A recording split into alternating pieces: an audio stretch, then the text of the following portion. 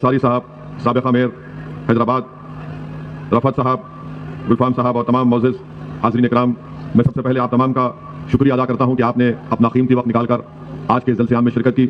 मैं आपका शुक्रगुजार हूं कि इतनी ठंड और थोड़ी बहुत बारिश भी हो रही है, इसके बावजूद भी इतनी बड़ी तादाद में आपका यहाँ पर जमा होना यकीनन हम तमाम को तक़वियत भी देता है और इस बात का पैगाम देता है कि इंशाअल्लाह ताला असमोली में आने वाले असम्बली के विधानसभा में यहाँ पर एक इनकलाब बर्पा होगा, यहाँ पर एक तब्दीली पैदा हो चुकी है। और आपसे मेरी गुजारिश ये है कि आप अपने इस इत्तेहाद को और मजबूत रखिए और इस इत्तेहाद को आप मुश्तरका और मुत्तहिदा तौर पर अपने वोट के इस्तेमाल करके उत्तर प्रदेश में मजलिस का जो पैगाम है, मजलिस की जो कोशिश है कि यहाँ पर मुस्लिम अक़लियत को सियासत में उसका हिस्सा मिले, ये लड़ाई मजलिस की मेरे अजीज दोस्तों और बुजुर्गों हिस्सेदारी की लड़ाई है। और याद रखिए, भारत की जमहूरियत की तल्ख़ हकीकत यह है कि जब तक आपको अपना हिस्सा नहीं मिलेगा, आप सिर्फ शिकायत कर सकते हैं, आप सिर्फ रो सकते हैं या फिर आप अपने घर के दरवाजों को बंद करके बैठ सकते हैं। मगर अगर आप इज्जत के साथ जिंदगी गुजारना चाहते हैं, अगर आप बगैर खौफ के अपने मसाइल पर अपनी आवाज को उठाना चाहते हैं, तो मेरी आपसे गुजारिश है मेरे अजीज दोस्तों और बुजुर्गों कि अपनी एक सियासी क़यादत को बनाइए, अपनी एक नेता को बनाइए, अपने मसाइल को हल करिए।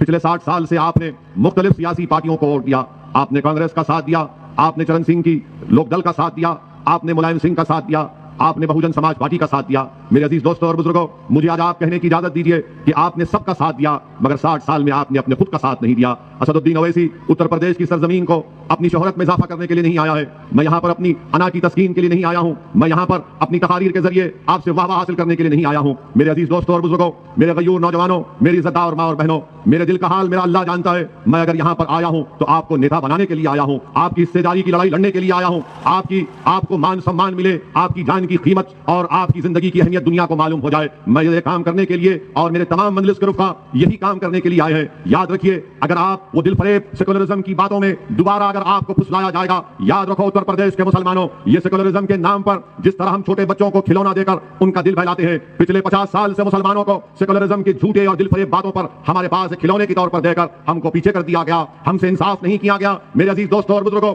मजलिस कभी सेकुलरिज्म के खिलाफ नहीं थी, ना रहेगी। मजलिस सियासी सेकुलरिज्म के खिलाफ है, मजलिस उस सेकुलरिज्म के खिलाफ नहीं है जिसका जिक्र भारत के संविधान में किया गया, जिसका जिक्र भारत के प्रियम्बल में किया गया। हम उस सेकुलरिज्म को मानते हैं। ये जो सियासी सेकुलरिज्म समाजवादी पार्टी हो या बीएसपी हो या कांग्रेस हो, ये सियासी सेकुलरिज्म मुसलमानों को डराने के लिए इस्तेमाल करती है, मुसलमानों को दबाने के लिए इस्तेमाल करती है, मुसलमानों को उनके हुकूक नहीं देने के लिए इस्तेमाल करती है। और फिर दूसरी जानिब बीजेपी मुसलमानों का खौफ दिलाकर हमारे हिंदू भाइयों को हिंदू एकता के नाम पर मुत्तहिद करने का काम करती है। बताइए मेरे अजीज दोस्तों, चक्की के दोनों पार्ट में हम पीछे जा रहे हैं, मगर मैं आपसे कह रहा हूं कि हम पीछे नहीं जाएंगे। ये आपकी लड़ाई है, हिस्सेदारी की लड़ाई है, ये लड़ाई हमारे बुजुर्गों के ख्वाबों को पूरा करने की लड़ाई है, ये लड़ाई हमारी इज्जतदार माओं की आंखों में जो आंसू बहते रहते हैं उन आंसुओं को पोंछने के, उन आंसुओं को रोकने की लड़ाई है। ये लड़ाई नौजवानों तुम्हारे रोशन मुस्तकबिल की लड़ाई है। ये लड़ाई हम उन लोगों से कहना चाह रहे हैं जिनकी गोद में मासूम बच्चे हैं। ये लड़ाई उन मासूम बच्चों के मुस्तकबिल को अच्छा करने की लड़ाई है। हमने नाइंसाफियों का सामना किया, हमने पुलिस की गोलियों का सामना किया, जेलों को हमको डालकर हमको भर दिया गया, स्कूल से हमको महरूम कर दिया गया, अस्पताल और तिबी इमदाद से हमको महरूम कर दिया गया, दहशतगर्दी का इल्जाम हम पर लगा दिया गया, आतंकवादी का इल्जाम हम पर लगा दिया गया, हमसे वोट हासिल भी किए, हमारे घरों को जला दिया गया फसादात में, हमारी खबरों पर समाजवादी पार्टी ने अपना सियासी महल तामीर किया। बताओ मेरे गयूर नौजवानों, बताइए मेरे बुजुर्गों, हम कब तक इस्तेसाल का शिकार रहेंगे? आज आपको करवट लेना है, अगर आज आप करवट नहीं लेंगे नुकसान हमारा होगा। याद रखो, भारत की जमहूरियत, भारत का संविधान जिसको बाबा साहिब अम्बेडकर ने बनाया है, वो तुमसे पुकार पुकार कर कह रही है, उठो भारत के मुसलमानों, उठो उत्तर प्रदेश के मुसलमानों, उठो असमोली के मुसलमानों। याद रखो, ये संविधान पर अगर जीती जागता किताब रखना है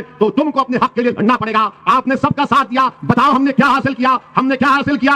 हमने मलियाना हासिल किया। हमको क्या मिला? हमको हाशिमपुरा मिला। हमको क्या मिला? हमको मुजफ्फरनगर का फसाद मिला। 50,000 से ज्यादा आबादी, हमारी मुल्क की आजादी के बाद 50,000 से ज्यादा मुसलमानों को अपने घर से बेघर होना पड़ा। CAA का कानून पार्लियामेंट में आता है, पूछो समाजवादी पार्टी से, पूछो बीएसपी के नेताओं से, पूछो कांग्रेस के बड़े बड़े लीडरों से, पार्लियामेंट का रिकॉर्ड उठाकर देखो कि उस कानून के खिलाफ अगर किसी ने मुदल्लल तरीके से संविधान को सामने रखकर, गांधी के पैगाम को सामने रखकर, अगर किसी ने मोदी के 300 एमपीओं के सामने CAA का कानून मुसलमानों को स्टेटलेस बनाने का कानून बनाया जा रहा था, किसने बीजेपी के 300 एमपीओं के सामने कहा कि जिस तरह गांधी ने उस वक्त के सफेद फार्म हुकूमत के कानून को फाड़ा था, आज असदुद्दीन ओवैसी भारत के उन तमाम लोगों की तरफ से जो अम्बेडकर के संविधान को अपने दिल से लगाते हैं, मैं इस कानून को फाड़ता हूं। बीजेपी के 300 एमपी खड़े हो गए और कहा कि तुम कैसे फाड़ सकते हो? तो मैंने कहा यह कागज का टुकड़ा है, यह कानून नहीं है। ऐसे कोई कानून को हम नहीं मानते जो भारत के संविधान के खिलाफ जाता है। मजहब की बुनियाद पर तुम मुसलमानों को भारत की शरीयत से महरूम करना चाहते हो, तो हमने कानून को फाड़ा, एहतजाज किया। क्या किया समाजवादी पार्टी ने?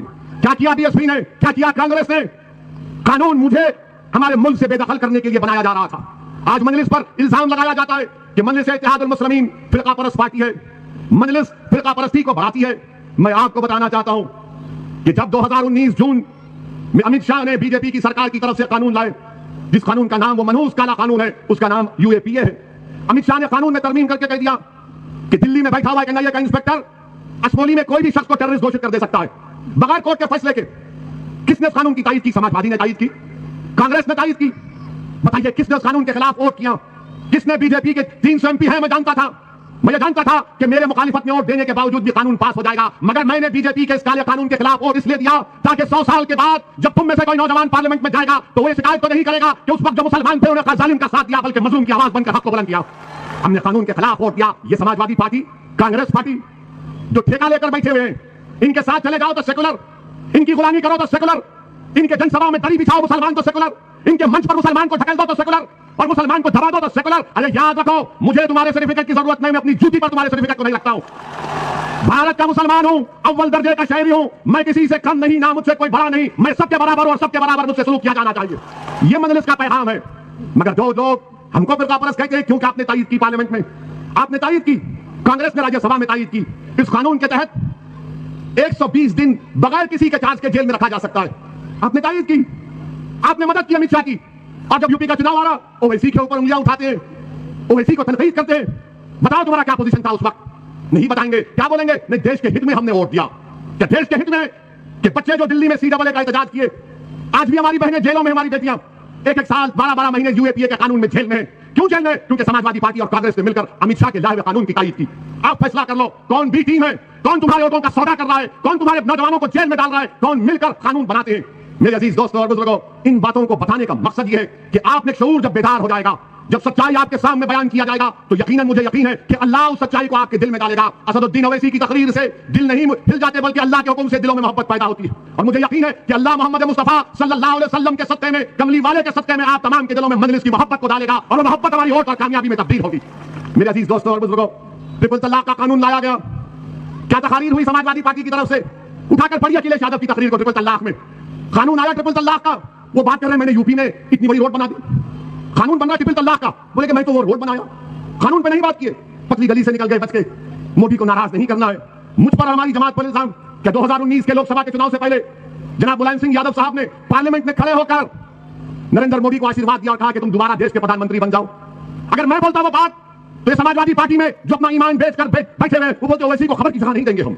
मगर मुलायम सिंह यादव ने कहा मोदी मैं तुमको आशीर्वाद देता हूं, तुम दोबारा प्रधानमंत्री बन जाओ, तो नरेंद्र मोदी खुश होकर नमस्ते कर दिया उनको खड़े होकर। और मैं यहां पर आपकी हिस्सेदारी की बात कर रहा हूं, मैं आपकी सियासी क़यादत, आपको नेता बनाने की बात कर रहा हूं, मैं आपके इंसाफ की लड़ाई लड़ रहा हूं, मैं आपके हुकूक की लड़ाई लड़ रहा हूं, मैं आपके मान सम्मान की लड़ाई लड़ रहा हूं। तो मुझे कहा जाता है कि नहीं ये वोट काटने को आया है।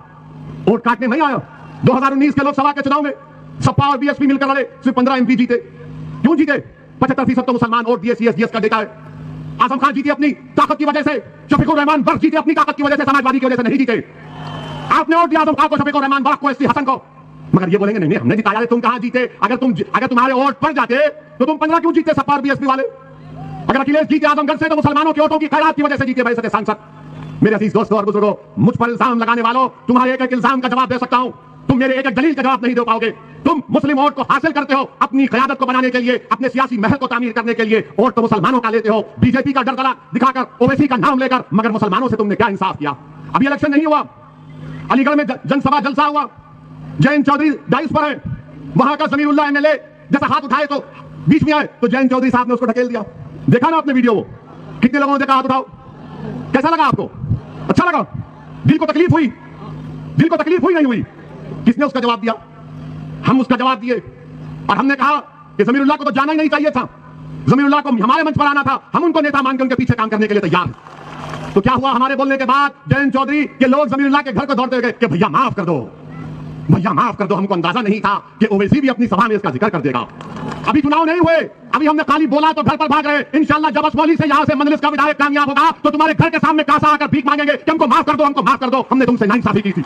खाली एक तकरीर में हमने जुमला कहा तो ज़मीरुल्लाह के घर को चले गए और ज़मीरुल्लाह ने किसी से हमको फोन करके कहा कि ओवैसी भाई को सलाम बोलो, उनके बोलने से मेरा टिकट कंफर्म हो गया। चलिए कुछ तो फायदा हुआ आपको, कुछ तो फायदा हुआ, मगर ये बताने के लिए कह रहा हूं कि आप अगर शऊर बेदार हो जाएगा तो आपकी ताकत का आपको अंदाजा नहीं है।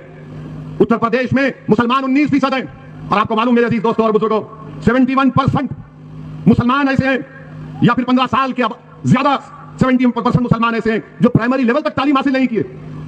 आप बताइए कि आपके 415 गांव हैं असमोली में, कितने इंटर कॉलेज खोले गए?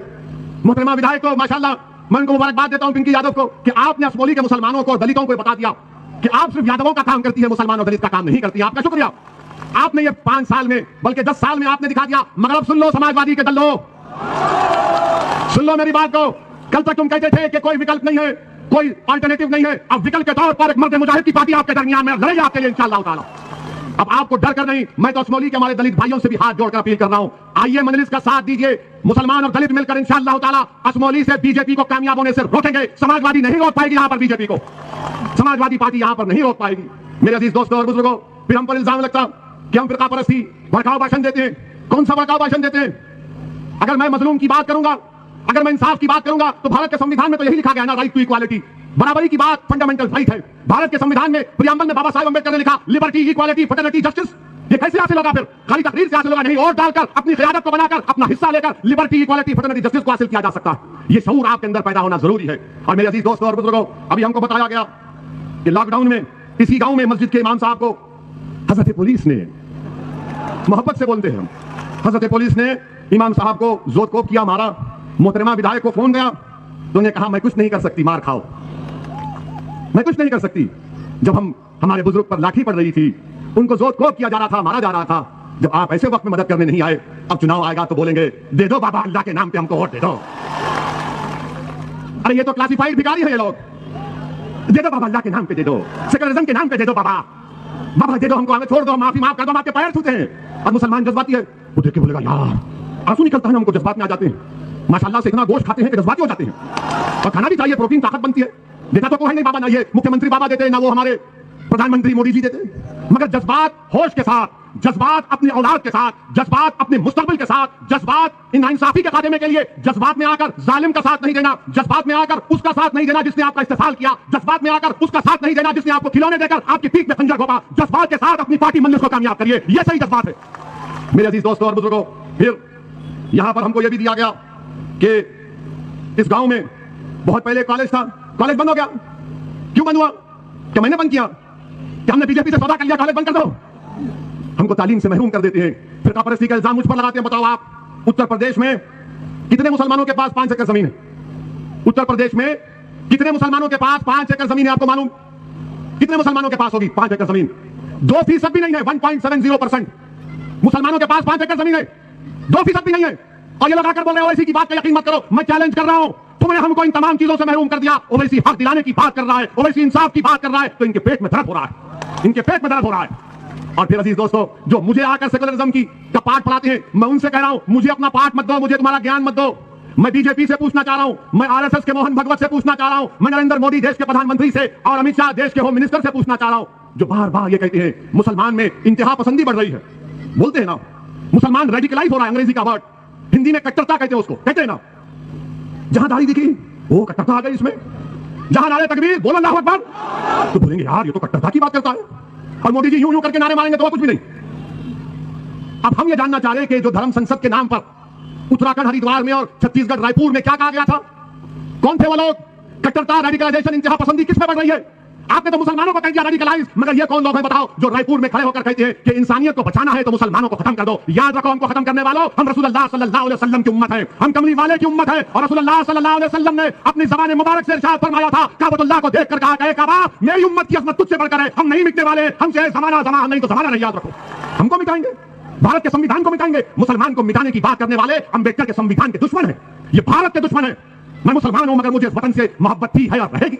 मगर कौन है ये लोग जो आज रेडिकलाइज हो चुके हैं? बताइए नरेंद्र मोदी जी, बताइए अमित शाह जी, बताइए मोहन भगवत जी, ये कौन लोग हैं जो हमको मिटाने की बात कर रहे हैं, भारत के शहरियों को मिटाने की बात कर रहे हैं? और अभी तक एक को गिरफ्तार नहीं किया गया, अभी तक एक को गिरफ्तार नहीं किया गया, और इल्जाम हम पर लगाते हैं। और भाइयों बुजुर्गों, अखिलेश यादव आजकल कह रहे हैं कि मुझे ख्वाब में भगवान श्री कृष्ण आ रहे हैं।